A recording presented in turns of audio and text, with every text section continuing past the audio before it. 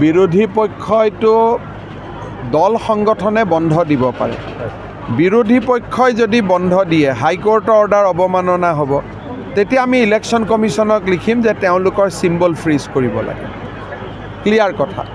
দল সংগঠনক মই আহ্বান জনাম যে বন্ধ নিদিব। এইখনতো কাটো 2 বছৰ 8 মাহ আগতেই বলবৎ হৈ গ'ল।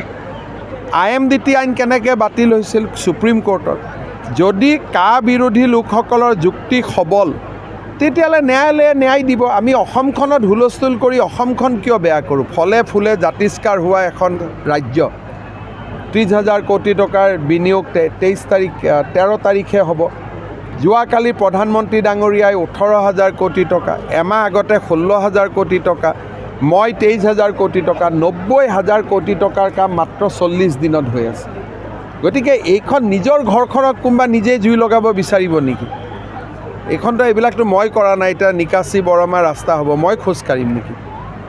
গতিকে এইখন আমাৰ অসম, আমাৰ ঘৰ। আমাৰ ঘৰখনত আমি কিয় জুই লগাম? আৰু কিয় জুই লগাব খুজিছোঁ? 2 বছৰ আগতে হৈ যোৱা আইন এখনৰ কাৰণে।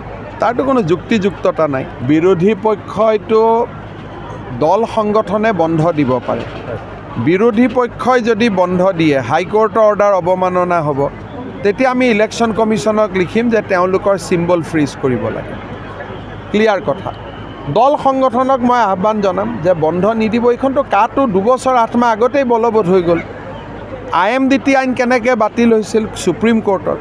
যদি কা বিৰোধী লোকসকলৰ যুক্তি সবল, তেতিয়াহ'লে ন্যায়ালয়ে ন্যায় দিব। আমি অসমখনত হুলস্থুল কৰি অসমখন কিয় বেয়া কৰোঁ? ফলে ফুলে জাতিষ্কাৰ হোৱা এখন ৰাজ্য, 30,000 কোটি টকাৰ বিনিয়োগ 13 তাৰিখে হ'ব।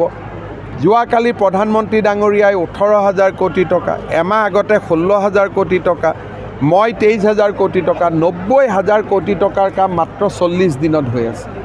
গতিকে এইখন নিজৰ ঘৰখনত কোনোবা নিজেই জুই লগাব বিচাৰিব নেকি? এইখনতো এইবিলাকতো মই কৰা নাই। এতিয়া নিকাচি বৰমা ৰাস্তা হ'ব, মই খোজকাঢ়িম নেকি? গতিকে এইখন আমাৰ অসম, আমাৰ ঘৰ। আমাৰ ঘৰখনত আমি কিয় জুই লগাম? আৰু কিয় জুই লগাব খুজিছোঁ? 2 বছৰ আগতে হৈ যোৱা আইন এখনৰ কাৰণে। তাৰতো কোনো যুক্তিযুক্ততা নাই। বিৰোধী পক্ষইটো দল সংগঠনে বন্ধ দিব পাৰে। বিৰোধী পক্ষই যদি বন্ধ দিয়ে হাইকোৰ্টৰ অৰ্ডাৰ অৱমাননা হ'ব, তেতিয়া আমি ইলেকশ্যন কমিশ্যনক লিখিম যে তেওঁলোকৰ চিম্বল ফ্ৰিজ কৰিব লাগে। ক্লিয়াৰ কথা। দল সংগঠনক মই আহ্বান জনাম যে বন্ধ নিদিব। এইখনতো কাটো 2 বছৰ 8 মাহ আগতেই বলবৎ হৈ গ'ল। IMDT আইন কেনেকৈ বাতিল হৈছিল সুপ্ৰিম কোৰ্টত। যদি কা বিৰোধী লোকসকলৰ যুক্তি সবল, তেতিয়াহ'লে ন্যায়ালয়ে ন্যায় দিব। আমি অসমখনত হুলস্থুল কৰি অসমখন কিয় বেয়া কৰোঁ? ফলে ফুলে জাতিষ্কাৰ হোৱা এখন ৰাজ্য, 30,000 কোটি টকাৰ বিনিয়োগ 13 তাৰিখে হ'ব। যোৱাকালি প্ৰধানমন্ত্ৰী ডাঙৰীয়াই 18,000 কোটি টকা, এমাহ আগতে 16,000 কোটি টকা, মই 23,000 কোটি টকা, 90,000 কোটি টকাৰ কাম মাত্ৰ 40 দিনত হৈ আছে। গতিকে এইখন নিজৰ ঘৰখনত কোনোবা নিজেই জুই লগাব বিচাৰিব নেকি?